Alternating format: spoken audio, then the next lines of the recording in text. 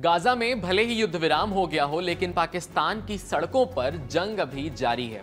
Gaza में जैसे ही Hamas और इजराइल के बीच संघर्ष विराम की घोषणा हुई, पाकिस्तान में हिंसा भड़क उठी और इसकी चिंगारी बनी तहरीक लब्बैक पाकिस्तान यानी टीएलपी।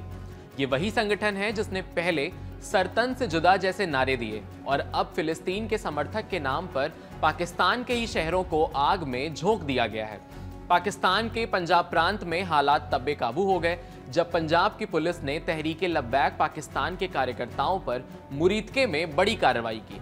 लाहौर से इस्लामाबाद तक निकल रहे गाजा मार्च को रोकने के लिए सुरक्षा बलों ने लाठीचार्ज और आंसू गैस का इस्तेमाल किया। इस दौरान दोनों पक्षों में भीषण झड़पें हुईं, जिनमें कई प्रदर्शनकारी घायल हो गए।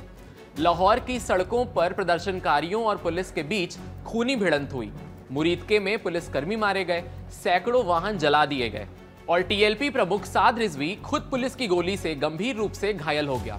वीडियो में वो गोलीबारी रोकने की अपील कर रहा है, लेकिन तब तक भीड़ किसी की नहीं सुन रही थी, न सरकार की, न कुरान की और न ही इंसानियत की।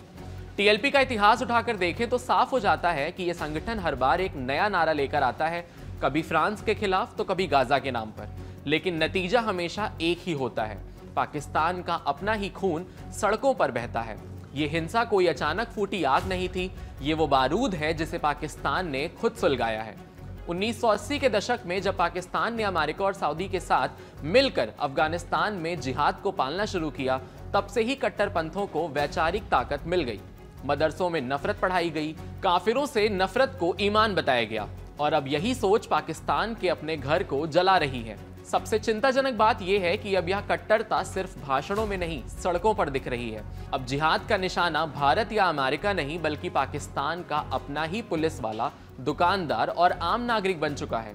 आज साद रिजवी जो कभी दूसरों को फतवा देता था, खुद मौत से जूझ रहा है।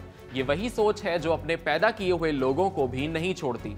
जिस इलाके में इस्लाम के नाम पर सत्ता चलाने की कोशिश की गई, आज वही इस्लामिक कट्टरपंथी सत्ता के खिलाफ खड़ा हो गया है। ये एक गहरी वैचारिक लड़ाई है। पाकिस्तान की सरकारें हमेशा बाहर दुश्मन खोजती रहीं, कभी भारत, कभी इजराइल, कभी अमेरिका, लेकिन असली दुश्मन तो वही है, लाहौर की जलती सड़कों पर जो अपनी सेना और पुलिस के जवानों पर पत्थर बरसाते हैं।